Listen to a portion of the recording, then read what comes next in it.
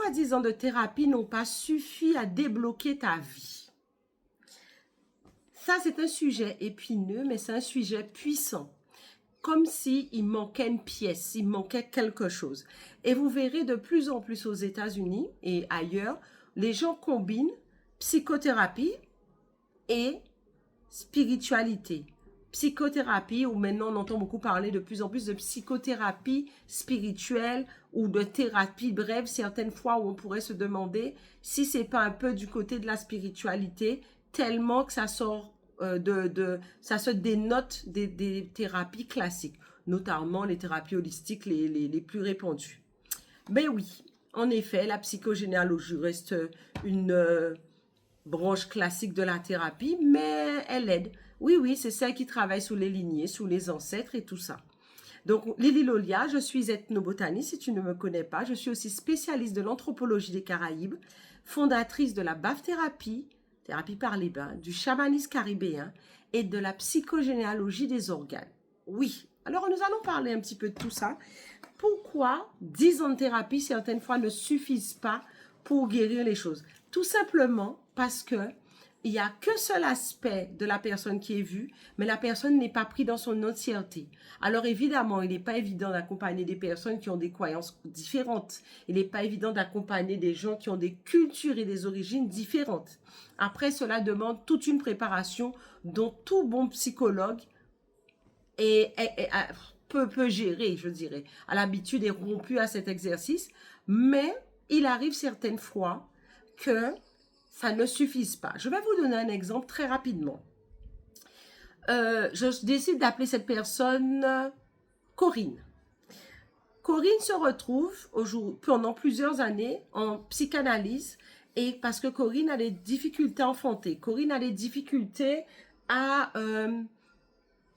avoir une famille. Ce qui est marquant dans la vie de Corinne, c'est que Corinne est dans une situation où elle fréquente année après année que des hommes qui se retrouvent sans enfants. Soit ils n'en veulent pas, ou soit ils disent en vouloir, mais qui n'en ont pas. Alors à 20 ans, c'est possible, mais à 30 ans, 40 ans, à ce moment-là, elle se dit, mais il y a un souci. Et elle est accompagnée, elle se fait suivre. Et bien sûr, il y a certaines choses qui remontent par rapport à sa perception en tant que mère, sa perception par rapport à sa propre mère, mais même si la chose est de plus en plus apaisée chez elle, elle envisage de faire une FIV, même si la situation est de plus en plus apaisée chez elle, mais il y a quand même quelque chose de troublant. C'est quoi? La chose troublante est la suivante. Corinne se retrouve dans une situation où, même si elle a une meilleure compréhension de la situation et elle analyse, elle se rend compte, malgré tout, elle n'a pas d'enfant. Qu'est-ce qui se passe? Nous avons mis en place un programme personnalisé avec Corinne qui devait durer 3 mois. Eh bien, quelque chose, vous savez, comme quoi le temps n'existe pas. Quand j'entends le temps n'existe pas, vous savez, j'essaie de garder les pieds sur terre. Vous savez bien que je ne suis pas une partisane de spiritualité au perché. Les réalisations se voient concrètement, l'évolution spirituelle aussi se voit concrètement dans la matière. Ça peut vous choquer comme discours, mais soyons clairs. Si quelqu'un est très élevé, c'est quelqu'un qui a travaillé ses compétences, qui va travailler ses connaissances et c'est quelqu'un qui a travaillé sur elle-même. Et pour moi, c'est ça quelqu'un d'élevé spirituellement et ça se voit dans la matière. Mais si c'est uniquement, oui, je pense, je ressens, vous savez bien que je ne suis pas une partisane de ça. Je suis pour des travaux et des réalisations concrètes. Revenons à Corinne. Donc, en l'accompagnant, Corinne, un jour, se retrouve, elle habite au bord de la mer et elle répète ses affirmations que l'on travaille depuis déjà peut-être, ça faisait quoi? 2e semaine, c'est même pas beaucoup, début de ce parcours. 2e semaine. Et elle fait ses exercices comme prévu, comme nous avons mis en place, adaptés. Et là, Corinne entend un message, elle le fait face à la mer. Elle a été appelée, elle l'a senti, elle a fait face à la mer. Et vous savez qu'est-ce qui s'est passé? Elle entend très distinctement qu'elle devait essayer de rajouter un autre mantra à celui qu'elle fait actuellement. C'est ce qu'elle fait, elle fait son mantra, elle se dit je le fais ou je le fais pas. Et le mantra c'était lequel? Je suis digne d'être mère. Et elle fait son mantra, elle le fait le nombre de fois préconisé. Et là, elle rentre chez elle. Elle était en couple, elle n'arrivait pas à avoir d'enfants, mais elle était quand même en couple. Et là, le soir même, elle a une envie de dormir dans une autre chambre de la maison. Son compagnon étant plutôt compréhensif, il accepte. Et là, cette même nuit, elle reçoit un message d'une amie qu'elle n'a pas eue depuis de nombreuses années, qui vit dans un autre pays, et qui lui dit, j'ai ma cousine qui a 32 ans, qui attend son 7e enfant, est-ce que tu le veux? C'est une histoire vraie, c'est une histoire qui se vérifie. Et en fait, elle était déjà prête à avoir un enfant, elle le désire, elle était en thérapie. Mais est-ce que vous ne pensez pas que cette partie lui a apporté ce petit déclic, cette petite chose complémentaire pour pouvoir avoir cet enfant? Vous savez, cet enfant, elle l'a eu.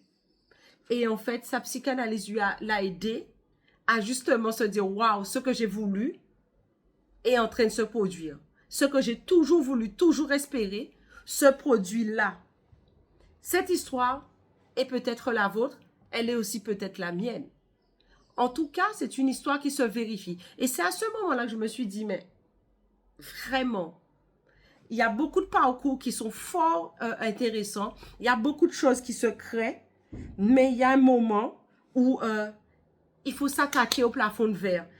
Et selon moi, par rapport à tout ce que je revois, évidemment, les psychanalystes sont extrêmement utiles. Parce que vous savez que ceux qui suivent, qui ont fait mes chamans que j'ai intronisés, ou ces personnes qui sont dans ce parcours-là, j'existe toujours, que ce soit suivi ou accompagné d'une psychothérapie ou de psychanalyse, parce que vous ne pouvez pas accompagner demain des gens si vous n'avez pas travaillé sur vous-même.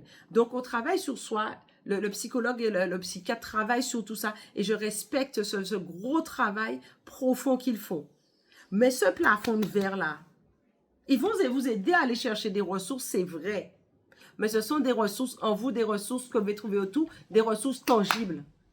Mais vous savez, il y a une expression que disait ma grand-mère que j'aimais beaucoup, avec de bonnes prières, Dieu ne chôme pas. Que vous soyez chrétien ou peu importe votre croyance, je vous dirais, avec de bonnes prières, ça qui puis grand passé ou ne chôme pas.